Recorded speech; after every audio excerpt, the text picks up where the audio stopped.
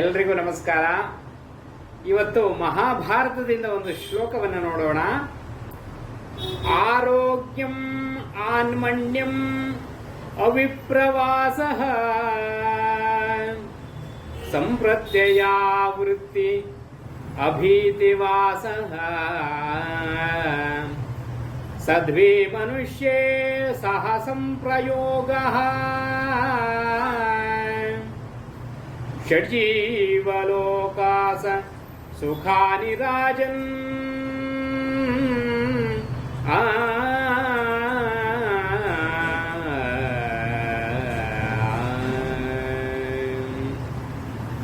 ಆರೋಗ್ಯ ಭಾಗ್ಯ,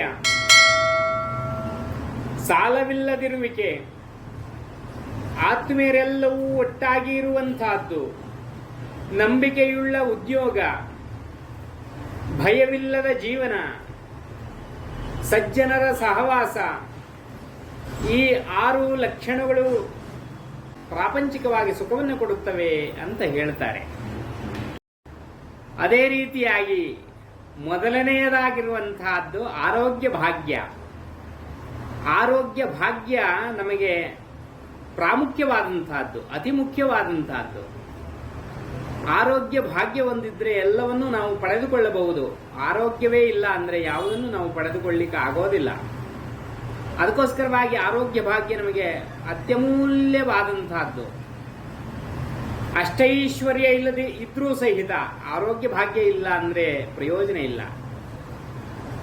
ಎಲ್ಲವೂ ಇದ್ದು ಆರೋಗ್ಯ ಭಾಗ್ಯ ಇಲ್ಲ ಅಂದರೆ ಅದನ್ನೆಲ್ಲ ಅನುಭವಿಸಲಿಕ್ಕೆ ಆಗೋದಿಲ್ಲ. ಸಕಲ ಐಶ್ವರ್ಯಗಳಿದ್ದು ಸಹಿತ ಆರೋಗ್ಯದ ಒಂದು ಭಾಗ್ಯ ಇಲ್ಲ ಅಂದರೆ ನಮ್ಗೆ ಅದನ್ನು ಅನುಭವಿಸಲಿಕ್ಕೆ ಆಗೋದಿಲ್ಲ. ಆ ರೀತಿಯಲ್ಲಿ ಆರೋಗ್ಯವೇ ಪ್ರಾಧಾನ್ಯವಾದಂತಹದ್ದು ಭಾಗ್ಯಗಳಲ್ಲಿ ಅಂತ ಹೇಳ್ತಾನೆ. ಆ ರೀತಿಯಲ್ಲಿ ಎರಡನೆಯದು ಸಾಲವಿಲ್ಲದಿರುವಿಕೆ, ಮಾನಸಿಕವಾದಂತಹ ನೆಮ್ಮದಿಯನ್ನು ಕೊಡುವಂತಹದ್ದು. ಸಾಲವನ್ನು ಕೊಂಬಾಗ ಹಾಲು ಜೇನುಂಡಂತೆ ಸಾಲಿಗನು ಬಂದು ಕರೆವಾಗ ಇಬ್ಬದಿಯ ಕೀಲು ಮುರಿದಂತೆ. ಸರ್ವಜ್ಞರು ಹೇಳ್ತಾರೆ, ಸಾಲವನ್ನು ಕೊಂಬಾಗ ಹಾಲು ಜೇನುಂಡಂತೆ ಸಾಲಿಗನು ಬಂದು ಕರೆವಾಗ ಇಬ್ಬದಿಯ ಕೀಲು ಮುರಿದಂತೆ ಅಂತ ಹೇಳ್ತಾರೆ. ಅಂದ್ರೆ ಸಾಲವನ್ನು ನಾವು ಮಾಡಬಾರದು. ಸಾಲ ಮಾಡಿದರೆ ನಮಗೆ ನೆಮ್ಮದಿ ಇರೋದಿಲ್ಲ.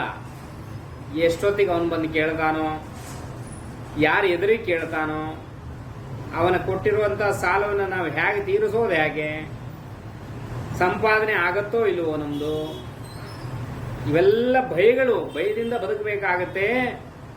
ಸಾಲ ಮಾಡಿದವನು ಯಾವತ್ತೂ ಸಹಿತ ಸರಿಯಾಗಿ ನಿದ್ದೆ ಮಾಡಲಿಕ್ಕೂ ಆಗೋದಿಲ್ಲ, ಊಟ ಮಾಡಲಿಕ್ಕೂ ಆಗೋದಿಲ್ಲ. ಅದಕ್ಕೋಸ್ಕರವಾಗಿ ಅಂಥ ಸಾಲವಿಲ್ಲದೇ ಇರುವಂತಹದ್ದು ಸುಖವನ್ನು ಕೊಡುತ್ತೆ ಅಂತ ಹೇಳ್ತಾರೆ.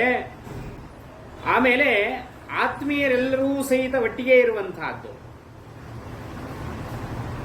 ಆತ್ಮೀಯರಿಂದ ದೂರ ಇಲ್ಲದೆ ಇರುವಂತಹದ್ದು, ಎಲ್ಲ ಆತ್ಮೀಯರು ಹತ್ತಿರವೇ ಇರುವಂತಹದ್ದು. ನಮ್ಮ ಸ್ನೇಹಿತರು, ಬಂಧು ಬಳಗದವರು ಎಲ್ಲರೂ ಸಹಿತ ನಮ್ಮ ಹತ್ತಿರವೇ ಇರುವಂತಹದ್ದು. ಯಾವುದೋ ಒಂದು ದೂರ ಪ್ರದೇಶದಲ್ಲಿ ನಾವು ಕೆಲಸಕ್ಕೋಸ್ಕರವೋ ಯಾವುದೋ ಒಂದು ಇದಕ್ಕೋಸ್ಕರವೋ ನಾವು ಹೋಗಿದ್ದೇವೆ. ಯಾರು ಅಲ್ಲಿ ಪರಿಚಯವೂ ಇಲ್ಲ, ನಮ್ಮ ಸಂಬಂಧವಲ್ಲ ಅಲ್ಲ, ಯಾರೂ ಅಲ್ಲ. ನಾವು ಅಲ್ಲಿ ಹೋಗಿ ತುಂಬ ಕಷ್ಟಪಡ್ತೇವೆ. ಅದು ನಮಗೆ ಸುಖಕರ ಅನಿಸೋದಿಲ್ಲ, ನೋವನ್ನು ಕೊಡುತ್ತೆ, ದುಃಖವನ್ನು ಕೊಡುತ್ತೆ ನಮಗೆ. ಅದಕ್ಕೋಸ್ಕರ ಇದು ನಮಗೆ ಸುಖವನ್ನು ಕೊಡೋದಿಲ್ಲ ಅಂತ ಹೇಳ್ತಾನೆ ಶಾಸ್ತ್ರಕಾರ. ಅದಕ್ಕೋಸ್ಕರವಾಗಿ ಅಂಥ ಒಂದು ದೂರದಲ್ಲಿರುವಂತಹದ್ದು ನಮಗೆ ಸುಖವನ್ನು ಕೊಡೋದಿಲ್ಲ. ಎಲ್ಲರೂ ಸಹಿತ ಒಗ್ಗಟ್ಟಾಗಿ ಹತ್ತಿರವೇ ಇರಬೇಕು ಅಂತ ಹೇಳುತ್ತೆ. ಅದೇ ರೀತಿಯಾಗಿ ನಂಬಿಕೆಯುಳ್ಳಂತಹ ಉದ್ಯೋಗ ಅಂತ ಹೇಳ್ತಾರೆ. ಉದ್ಯೋಗದಲ್ಲಿ ನಂಬಿಕೆ ಇರಬೇಕು, ವಿಶ್ವಾಸ ಇರಬೇಕು ನಮಗೆ. ನನ್ನ ಉದ್ಯೋಗ ಯಾವತ್ತೂ ಉಳಿಯುತ್ತೆ, ನನ್ನ ಈ ಉದ್ಯೋಗದಿಂದ ಯಾರೂ ನನ್ನನ್ನು ಕಿತ್ತೊಗೆಯೋದಿಲ್ಲ ಅನ್ನುವಂತಹ ಒಂದು ನಂಬಿಕೆ ಇರಬೇಕು ನಮಗೆ ಉದ್ಯೋಗದ ಮೇಲೆ. ಯಾವುದು ಅಂತಹ ಉದ್ಯೋಗ ಅಂತ ಹೇಳ್ತಾರೆ ಅಂದರೆ ಅಲ್ಲಿ ವಿಶೇಷವಾಗಿ ಹೇಳ್ತಾನೆ, ಕೃಷಿಯನ್ನು ಹೇಳ್ತಾನೆ. ಕೃಷಿಕನಾದವನಿಗೆ ಯಾವತ್ತೂ ಸಹಿತ ಅವನ ಉದ್ಯೋಗದಲ್ಲಿ ಅಪನಂಬಿಕೆ ಬರೋದಿಲ್ವಂತೆ.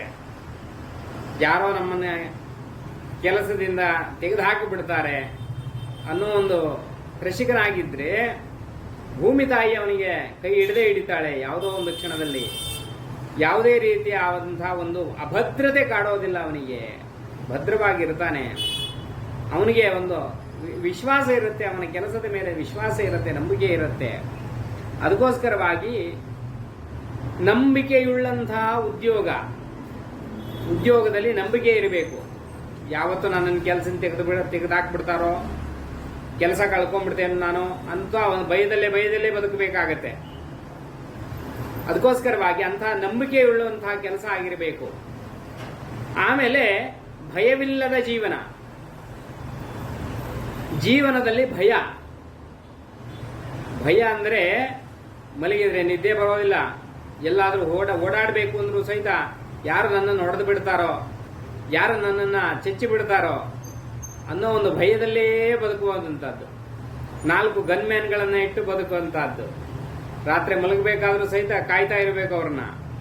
ಓಡಾಡಬೇಕಾದ್ರೆ, ಹೊರಗಡೆ ಹೋಗ್ಬೇಕಾದ್ರೆ, ನೀರು ಕುಡಿಲಿಕ್ಕೆ ಹೋಗ್ಬೇಕಾದ್ರೆ ಪ್ರತಿಯೊಂದು ಕಡೆಯೂ ಅವರನ್ನ ರಕ್ಷಣೆ ಮಾಡಲಿಕ್ಕೆ ಜನ ಇರಬೇಕು.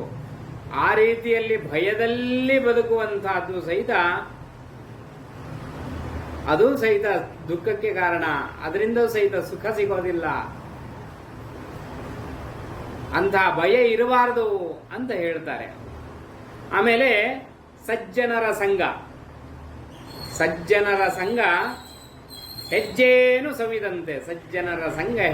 ಸವಿದಂತೆ ಅಲ್ಪರ ಸಂಘ ಅಭಿಮಾನ ಭಂಗ ಅಂತ ಹೇಳ್ತಾರೆ. ಸಜ್ಜನರ ಸಂಘ ನಮಗೆ ಜೇನನ್ನು ಸವಿದ ಹಾಗೆ ಇರುತ್ತೆ. ಅಲ್ಪರ ಸಂಘವನ್ನು ಮಾಡಿದರೆ ನಮ್ಮ ಮಾನಭಂಗ ಆಗತ್ತೆ. ಅದಕ್ಕೋಸ್ಕರವಾಗಿ ಒಳ್ಳೆಯವರ ಸಜ್ಜನರ ಸಹವಾಸವನ್ನು ಮಾಡಬೇಕು. ನಾವು ಒಳ್ಳೆಯವರ ಸಹವಾಸ ಮಾಡೋದ್ರಿಂದ, ನಾವು ಒಳ್ಳೆಯವರ ಸಂಗಡ ಇರೋದ್ರಿಂದ ನಮಗೆ ಒಳ್ಳೆಯದಾಗತ್ತೆ. ಅಂದ್ರೆ ಒಳ್ಳೆಯವರ ಸಹವಾಸವನ್ನು ಮಾಡೋದ್ರಿಂದ ನಾವು ಒಳ್ಳೆಯವರಾಗುತ್ತೇವೆ. ಸಗಣಿಯ ಜೊತೆ ಸ್ನೇಹಕ್ಕಿಂತ ಗಂಧದ ಜೊತೆ ಗುದ್ದಾಡುವುದು ಲೇಸು ಅಂತ ಹೇಳ್ತಾರೆ. ಅಂದ್ರೆ ನಾವು ಒಳ್ಳೆಯವರ ಸಹವಾಸವನ್ನು ಮಾಡೋದ್ರಿಂದ ನಾವು ಒಳ್ಳೆಯವರಾಗುತ್ತೇವೆ. ಒಂದು ದಿವಸ ಒಳ್ಳೆತನ ನಮ್ಮಲ್ಲಿ ಬರುತ್ತೆ ಅಂತ ಹೇಳ್ತಾರೆ. ಈ 6 ವಿಧವಾದಂತಹ ಒಂದು ಸುಖ ಸಿಗತ್ತೆ ಅಂತ ಹೇಳ್ತಾ ಇವತ್ತಿನ ದಿವಸ ಈ ಒಂದು ಮಹಾಭಾರತದ ಒಂದು ಶ್ಲೋಕವನ್ನು ತಿಳ್ಕೊಂಡ್ವಿ. ನಮಸ್ಕಾರ.